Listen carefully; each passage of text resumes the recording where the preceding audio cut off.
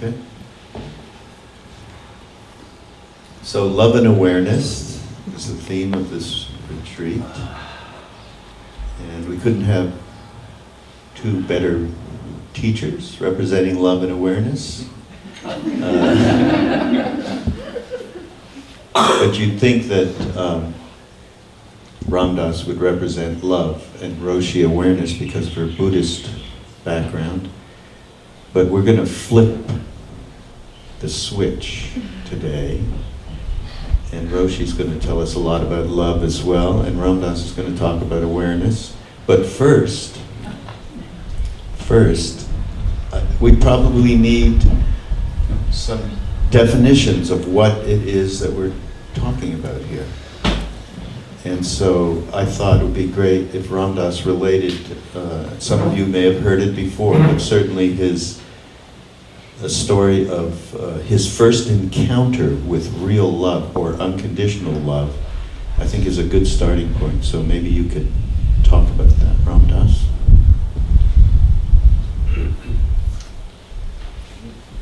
Hold that there. There.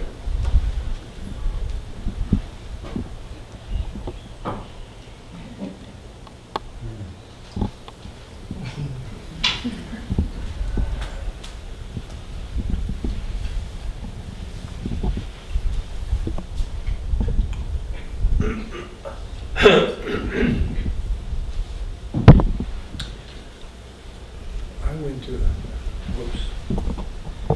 Hello? Hello? You're live. Thank you. Just checking.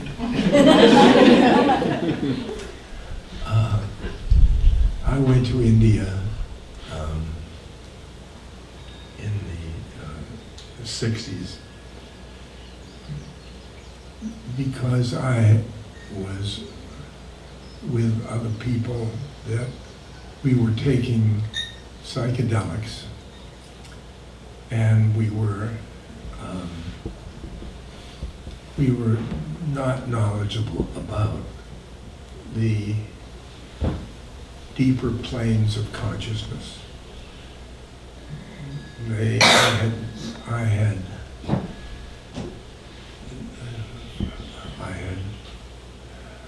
studied psychology, and that didn't give me anything about my heart.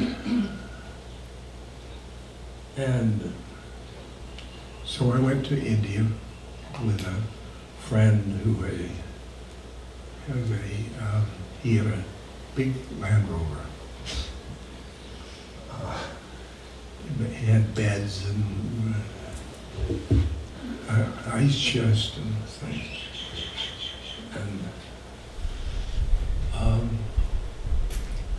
And we started from Tehran, and then we went through Afghanistan and all those things, and ended up in Kathmandu,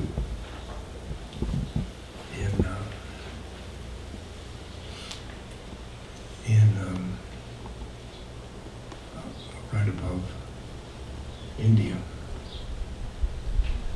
And I had wanted to see India, but we hadn't really done it. We came through in our Land Rover, and I came through that I was such a Westerner that Benares, which was the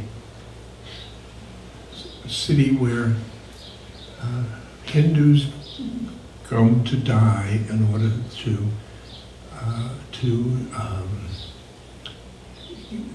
so that Shiva will take them to realms of his, would take them after death. And I came and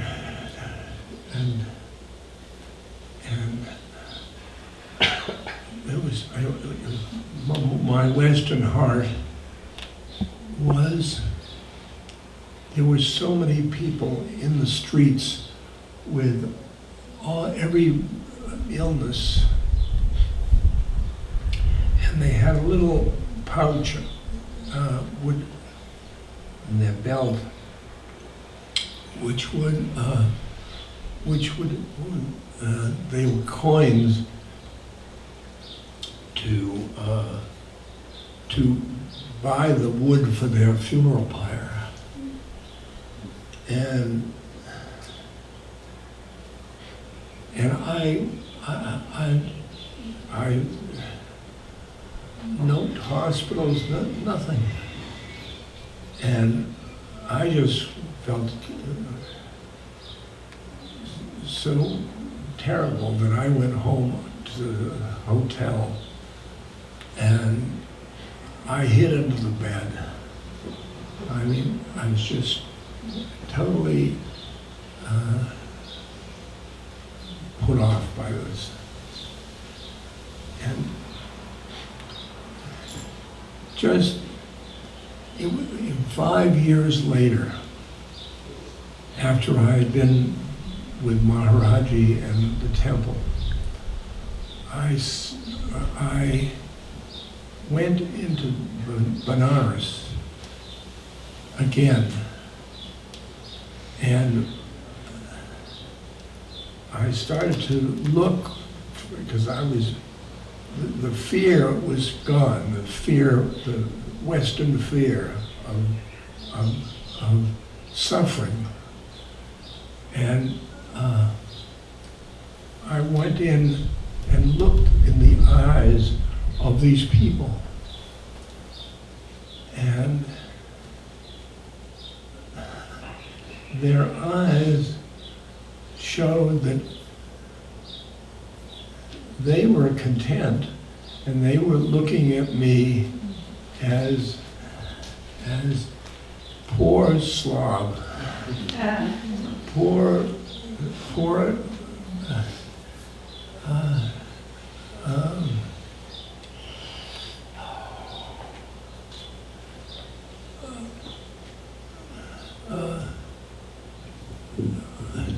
like I was living, I was all, I was a hungry ghost, you know, and I had no place to stay, and they were in the right place at the right time. They were going to be there when they died, and they were looking at me with pity. That was just a complete turnaround. Once I had put aside my fear. And, well,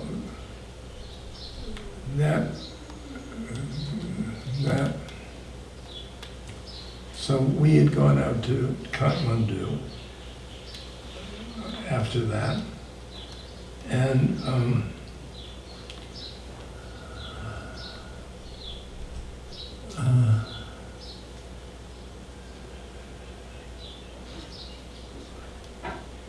beautiful temples there.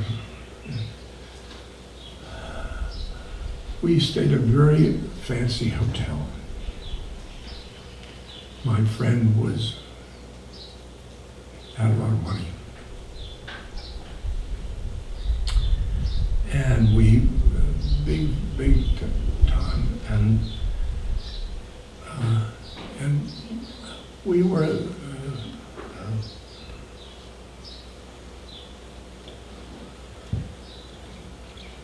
we stayed little restaurant, the Blue Tibetan. And when we there to sit down at another table, there was the friend, the Land Rover friend, he had to go on to, he wanted to go on to Japan and meet Alan Watts. And, but I felt I hadn't finished with India. And this Westerner, he was unbelievable. He was tall, blonde, a surfer from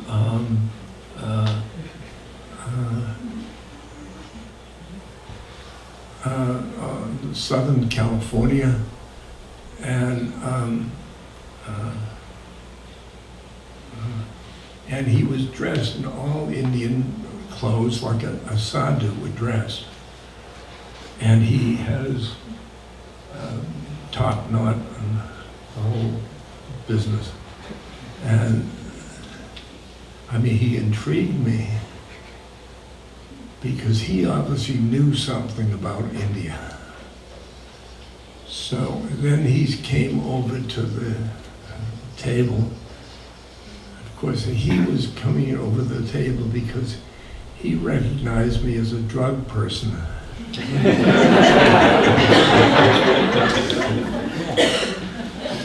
And he wanted some, so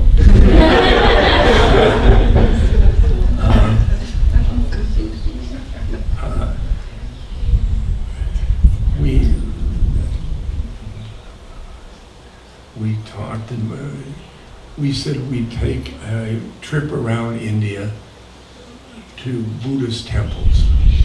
And I was a Buddhist then. Did you know that? You still are. You're a Buddha now. No, that's better.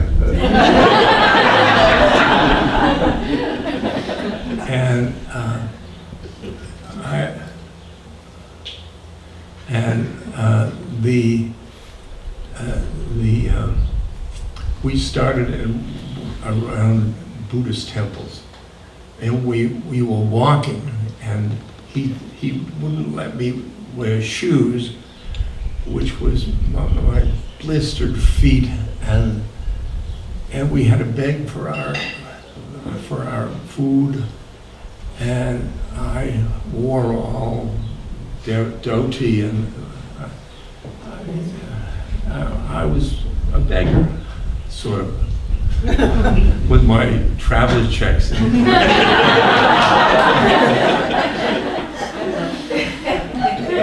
But he showed me how to sit and look and hold up my hand for begging.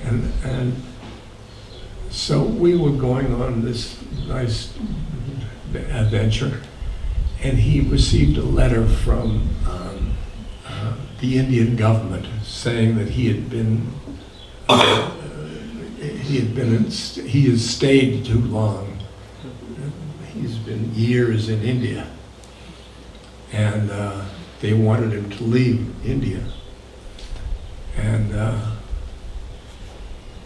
so he came and he showed me this letter, and he said, the only person that can turn around this thing is my guru. My guru in the Himalayas, up in the mountains. And he said, really, I'd love to go up. Would you mind borrowing the Land Rover, and we can go up in the Land Rover? Well, you see, I had been very squarely Buddhist.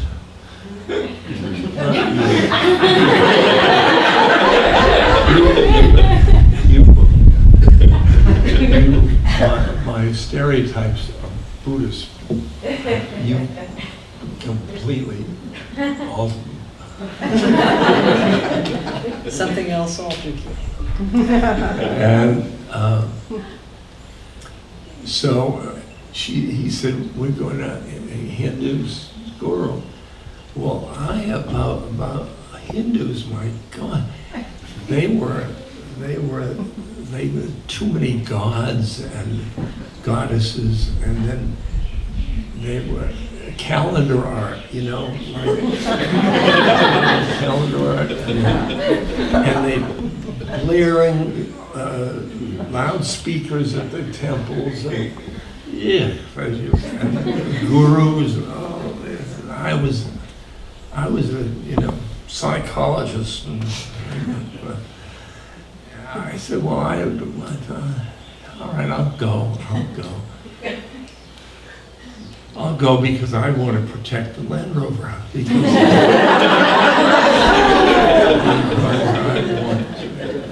don't want that. I had borrowed the Land Rover, and so we just started on this trip, and about a day short of the final destination, we were staying in the house, and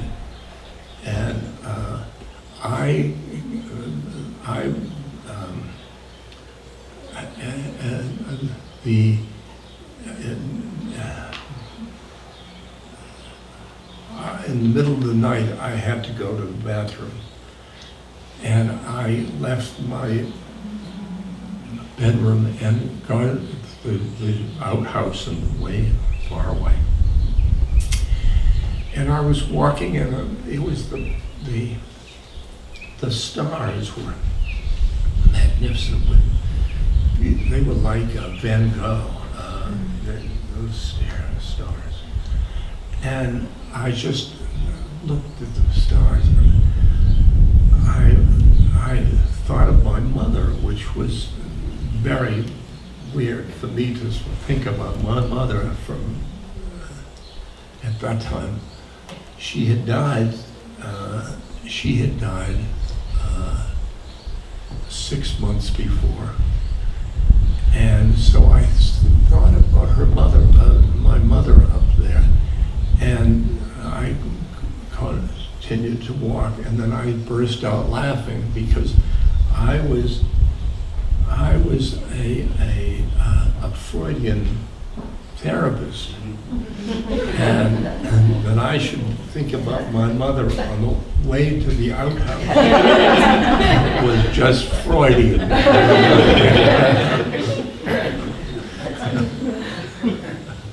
And so, but I only thought of my mother, me, split second, and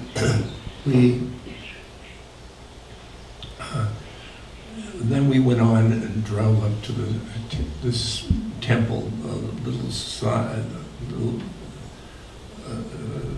of the road, a small temple, and immediately there was a crowd around the temple, around the Land Rover,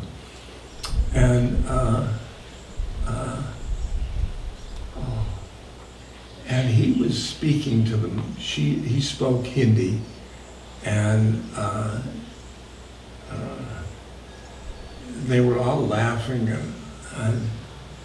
and they were like that, and they were up in the hill was the guru, and he was crying, and I didn't know what to do.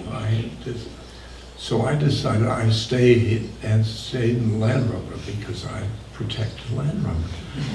And that was my Western, we got to protect the stuff. And so he went loping off down this hill, and but then when he went off, the crowd around the Land Rover, they got hostile, It wasn't just my paranoia, but they didn't understand why I wasn't going up to the guru. These were the village folk, and they were wise. But I thought they were hostile because I was there, and they wouldn't get the Land Rover. They were stealing the Land Rover. So I was in this. I decided, as curiosity went up there, and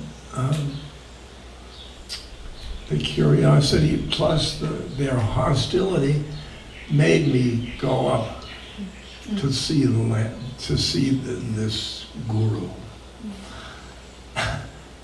And I walked up, and I was in a beautiful scene with an old man in a blanket and on a table, and about 20 people in white clothes. It looked like a cult. I mean, for it didn't, it's cultish, you know. And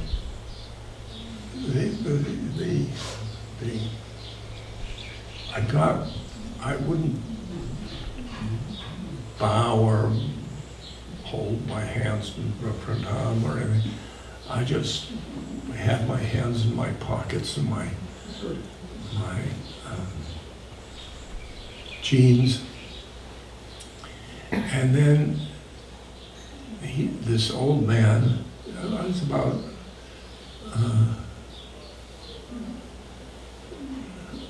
out the door. We were very close. I was close. And this Bhagwan Das, this I was traveling with, he was done to pranam on his stomach, his hands touching this man's feet, this old man's feet.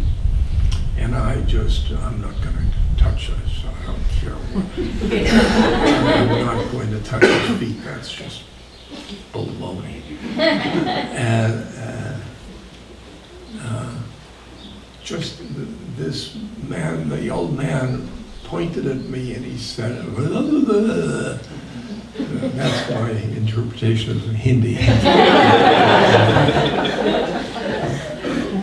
And the fellow, one fellow that knew English said, Baba wants to know if you came in a big car. Of course, that was the thing. Was, I was stealing the Land Rover. And I said, yes, I did, yes. And then he said, the translator said, Baba says, would you give him the car? Well, I know how to hustle people, and that was pretty hustling. Pretty hustling. And Bhagwan Das jumped up and he said, Maharaji, you can have it. And I was steaming, absolutely steaming, but they were all laughing at me. They were laughing at me. And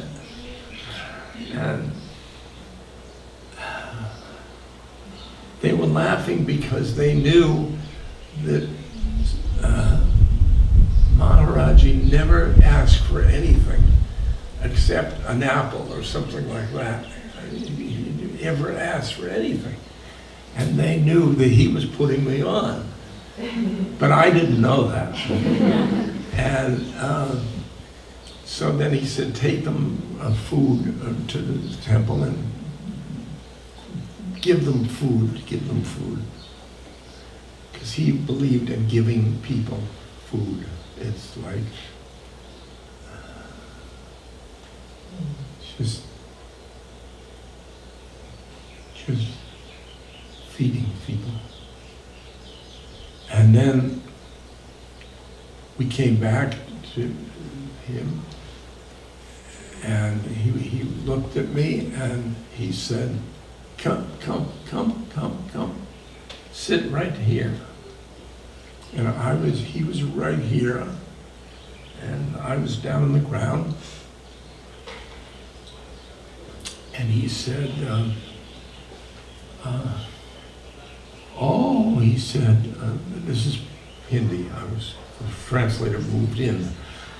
And he said, you were out of the stars last night. That's wonderful, but anybody can be out of the stars. I mean, that's not a big thing. Yes, I was out of the stars. He says, you were thinking about your mother. And that was just,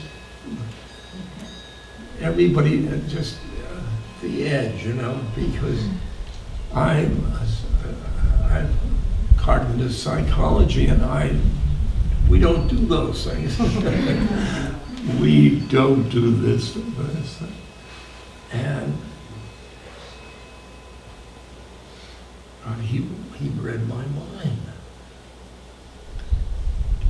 And then he started talking to somebody else, and I sat looking at the ground, and I thought, oh my God,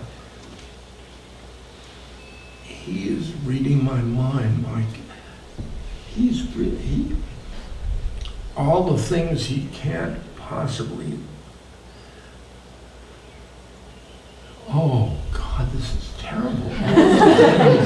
And I recited them. Just,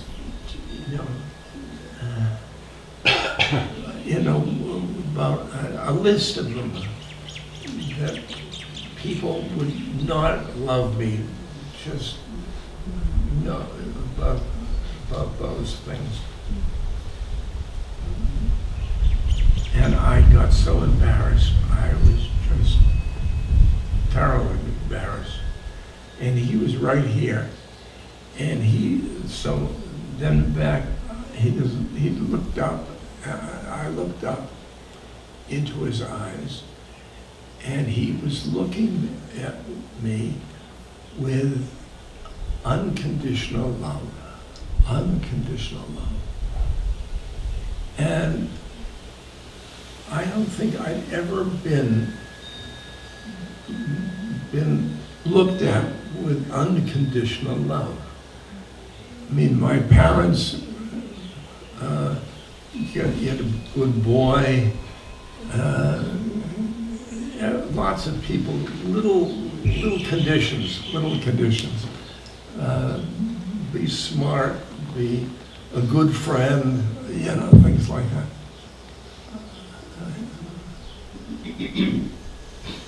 And he looked at me, in everything I thought he loved.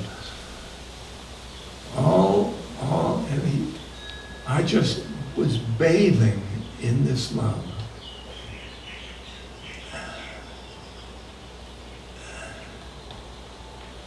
Yeah.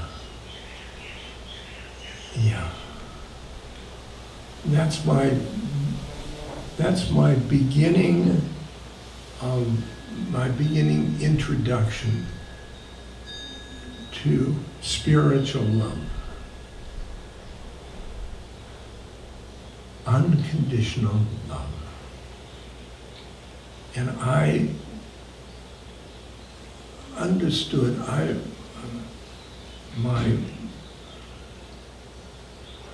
my consciousness went down into my heart, and I felt a warm feeling, and I said, I'm home. I'm home. This is what home is about. I was home. And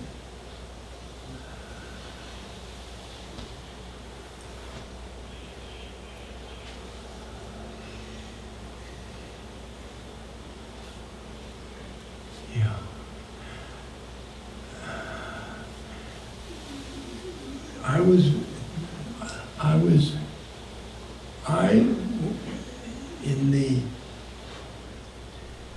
At that time, I had my airline ticket to New York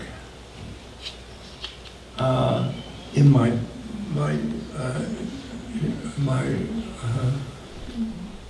shoulder holster bag, and I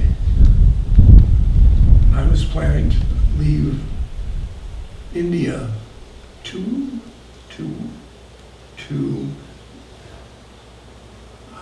days, but then I stayed in India for 6 months. 6 months. 2 days versus 2 months coming back to the families, friends, commitments, everything, all one Western thing. And it was, and I stayed. I stayed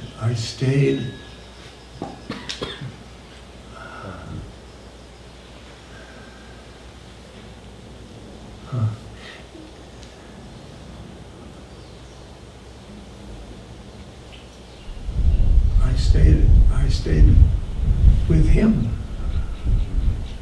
I stayed with him, and he put me in a temple,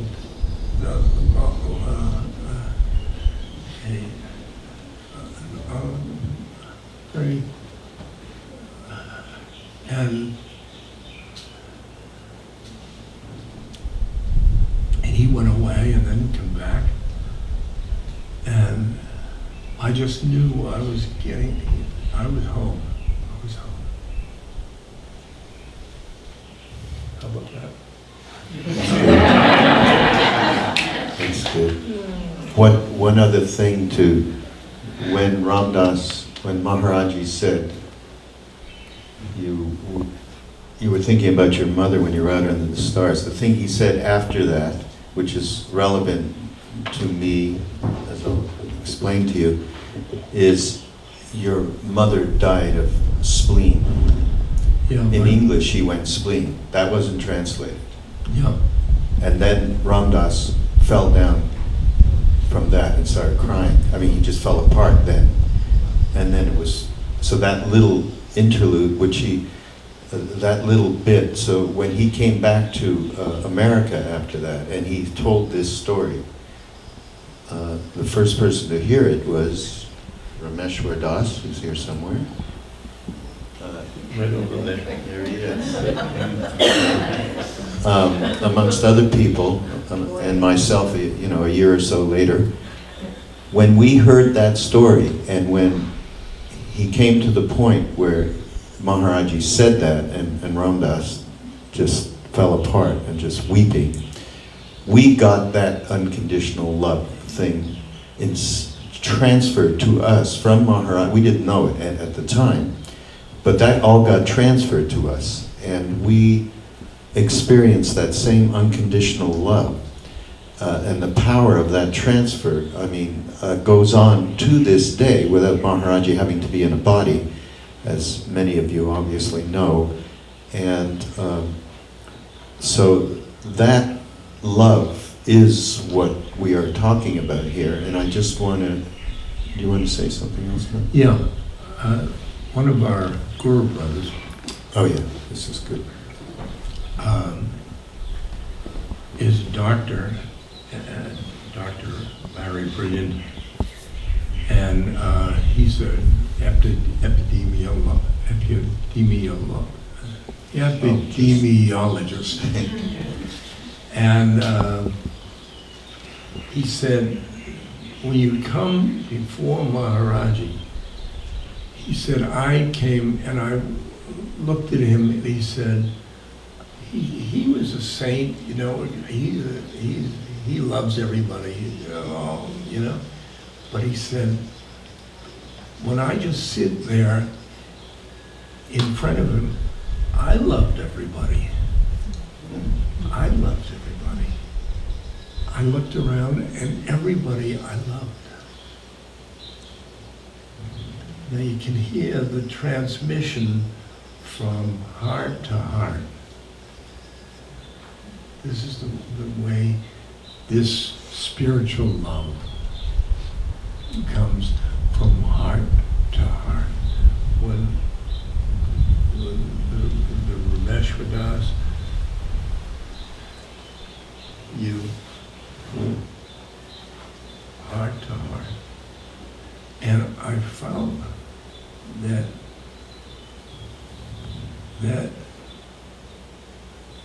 I couldn't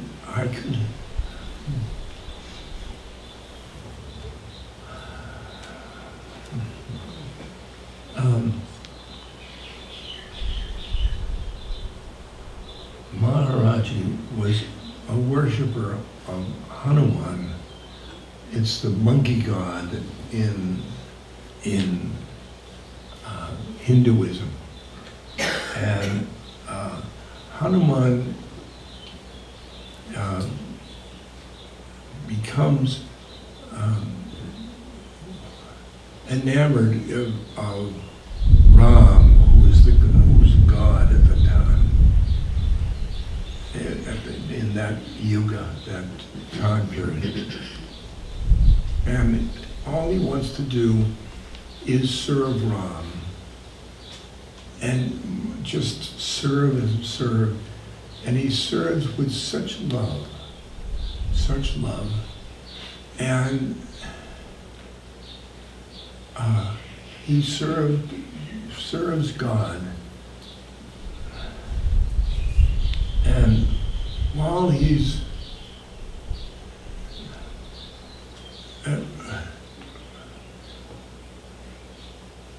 Ram says to him,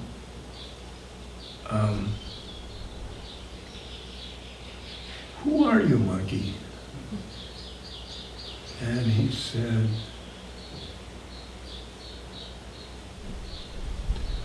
when I don't know who I am, I serve you. When I do know who I am you. And a beautiful relationship. And I was becoming a monkey. I was becoming, all I wanted to do was serve Maharaji. Serve Ram, serve Hanuman, and I wanted to serve people, and them, and by that, if he gave me from heart to heart that love, the only thing I could really do for God is radiate that love. His love that came through me. And that's what I've done for years and years. 40 odd years, yeah. Yeah, 40 years.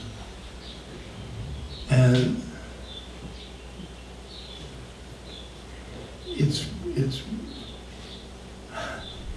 it's very strange because you're selling something, you're not not things. It's a cup. I could sell cups, but all I do is you're gonna feel something. You're gonna feel something. And that's what's fun about love. Love is it's this kind of love, it's imaginary. It's imaginary. It's gonna be, it's you.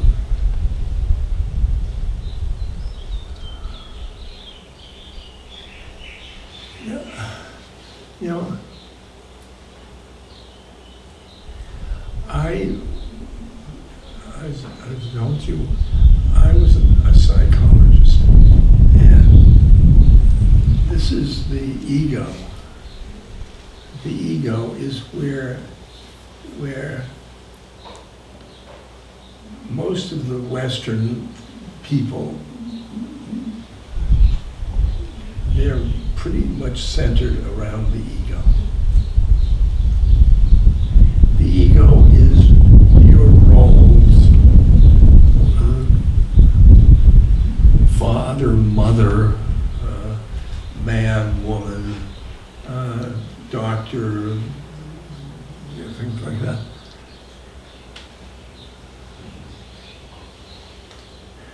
And the ego is who we think we are. It's up here. It's who we think we are. And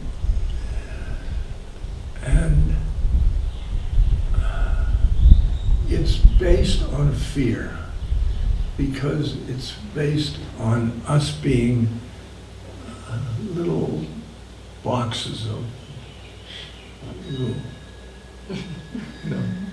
little boxes.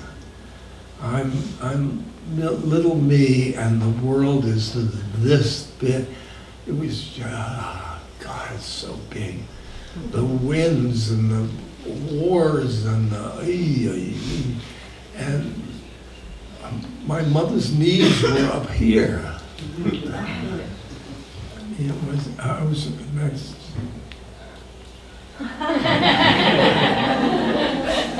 So then I transported down to my spiritual heart. And I decided, it's grace. It's grace. Grace, and I was looking at the world from here, not here. I looked at the world and I loved everything. I loved everything. Just not everybody, but everything. I mean, I was, look at the walls. Oh my God. And they were manifestations of the one. The whole world it was just like being in an ocean of love. And I said, ego-wise, I said, I can't do that. I can't do this, because that I'm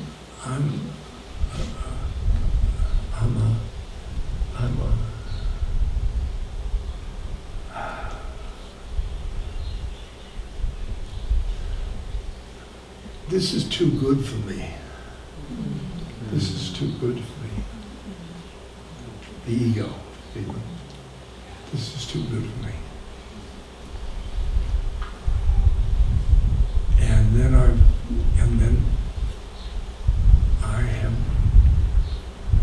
I have by grace lived within that love. Within that love.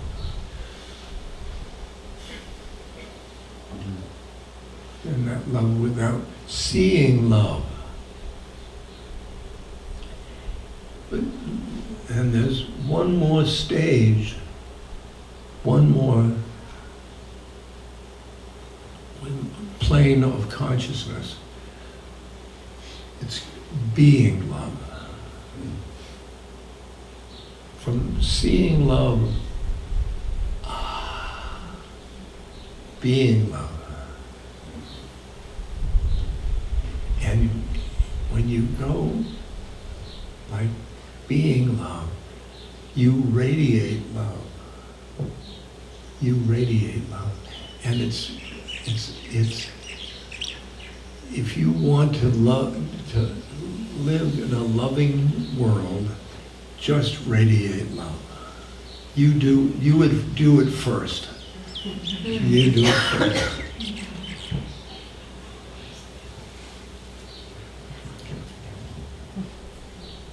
Okay, I have to ask Roshi something. Well, I just want to just check before you ask anything. Do we need a physiological break? Physiological break. Well, that was a polite way of putting it. Okay. Do you think that makes sense? People want to have a 5-minute Could we do break that? here? Does that seem realistic? Okay. It is for me.